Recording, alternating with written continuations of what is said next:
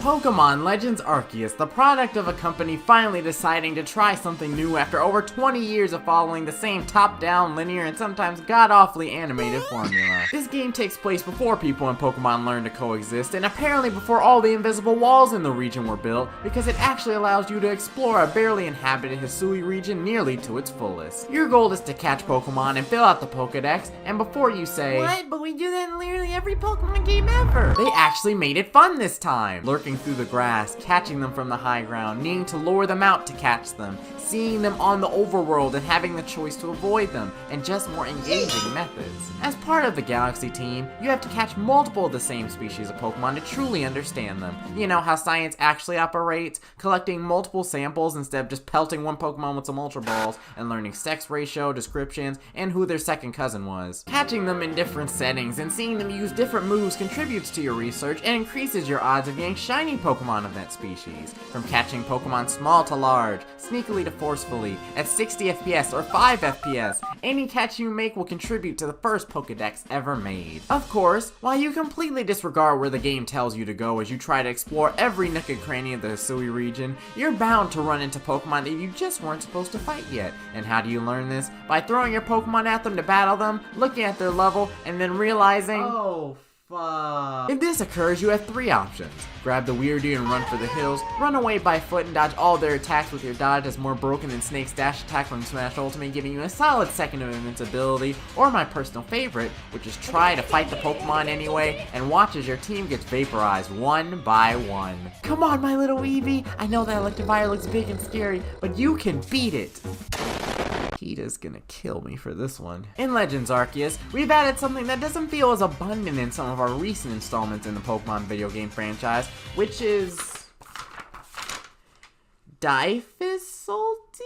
Not only can you go to a place with slightly over-level Pokemon inhabiting it, and not only can you fight alpha Pokemon in areas you were supposed to go, which will grind you into powder, but normal Pokemon can absolutely wreck you if you sell them too short. Oh, you have a level 10 Munchlax? That's cute, but I have the true almighty Sinnoh right here, babe. Rowlet, let's show them why. These attacks never affected you in Sun and Moon, and they won't now.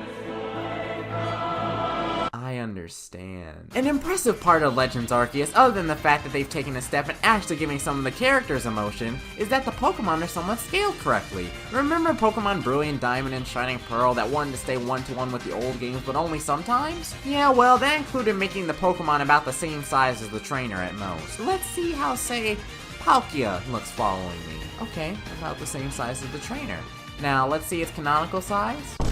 We are not the same! Arceus takes that criticism and ties it into its bigger world where bigger Pokemon could fit, and does a lot more justice to bigger Pokemon. Does this thing look like it's gonna kill me in my sleep, sever my right arm, and send it to Saturn because it can? Yes, but at least it's actually 13 feet tall in this game. The world around these Pokemon is interesting. We give you our dearest apologies for the fact that we've messed up trees and just environment rendering in general 2 games in a row now, but we'll make up for it in Gen 9. And if you expect to see wild Pokemon doing exciting activities in packs like running together, playing together, swimming together, we're happy to tell you that you will be in an exciting ecosystem. If exciting to you is being in a 9-to-5 office cubicle. Pokemon do hang out in packs and nap at times, but there's not much else, so you don't have to mess up Growlithe cuddle time and immediately force it to come with you forever. But there are an abundance of Pokemon to catch and items to collect, both initially and when they respawn after you return to the village. The items are scattered throughout the world and help you out with missions like expanding the amount of goods in the shop as well as helping you craft goods. Some of the Pokemon are swimming in the water, others occupying the land, and even more lagging in the air, all of which you can catch once they come into your sight, with some giving you hilariously little warnings. Okay, let's see what's off in this direction over here. I could use a couple of items to craft some Pokeballs. I ran a bit low and I don't want to go back to the village quite yet and lose my place. Let's see what's over here.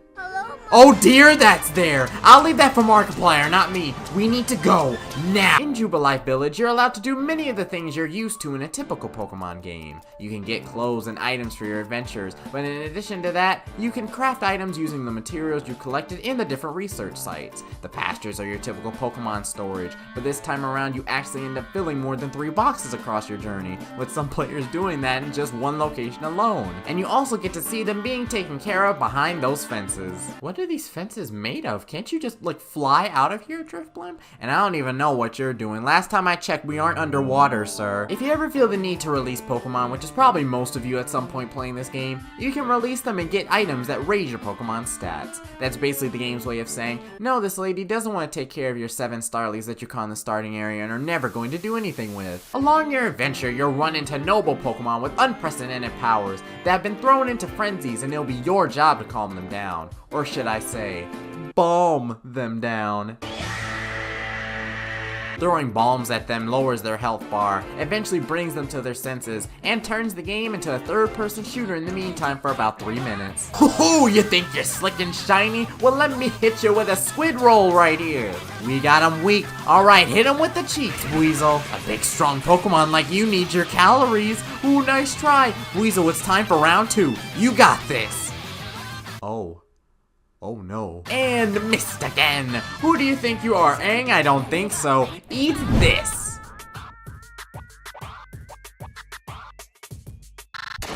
I'm convinced I just played the Splatoon 3 test fire right here. With all these trials in sight, the vast region of Hisui is waiting for you. Think you have what it takes? Pokemon Legends Arceus, Pokemon Sword and Shield Wild Area Deluxe.